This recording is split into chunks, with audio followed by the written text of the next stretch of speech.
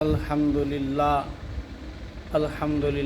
وکفا وسلام علی عبادہ الذین اصطفاہ اما بعد۔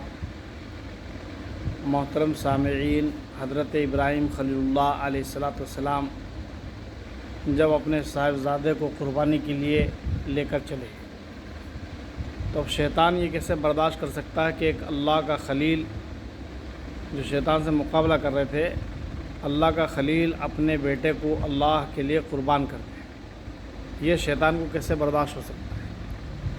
تو آپ نے فرمایا کہ سب سے پہلے شیطان حضرت حاجرہ کے پاس پہنچا اور پوچھا کہ اسماعیل کہاں ہے؟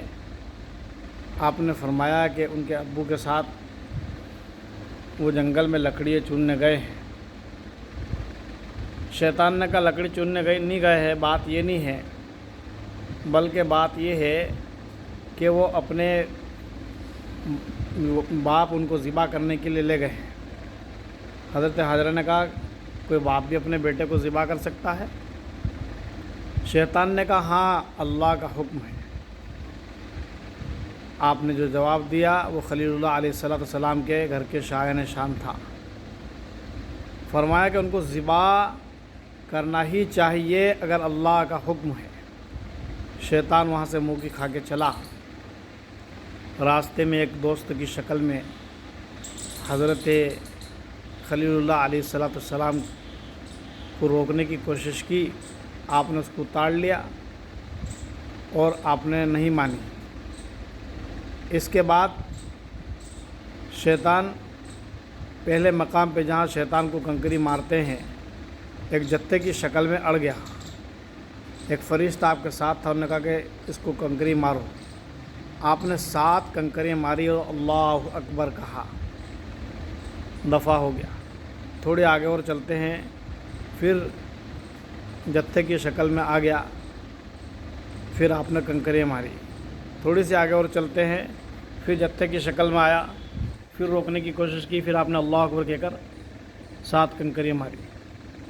آپ قربانی کی جگہ پہنچے اور آپ نے کروٹ پر چہرے کے بل لیٹا دیا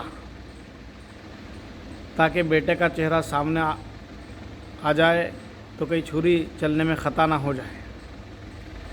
اس کے بعد آپ نے پوری طاقت سے چھری چلانے کی کوشش کی مگر چھری نہ چلی۔ اللہ تعالیٰ کا نظام حائل تھا، اللہ کی قدرت بیچ میں حائل تھی۔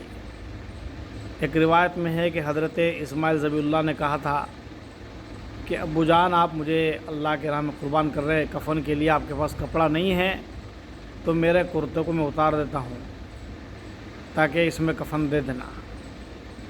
اللہ پاک ہمیں اس واقعے سے یہ سبق ملتا ہے کہ ہم شیطان کے مکر میں نہ آئے۔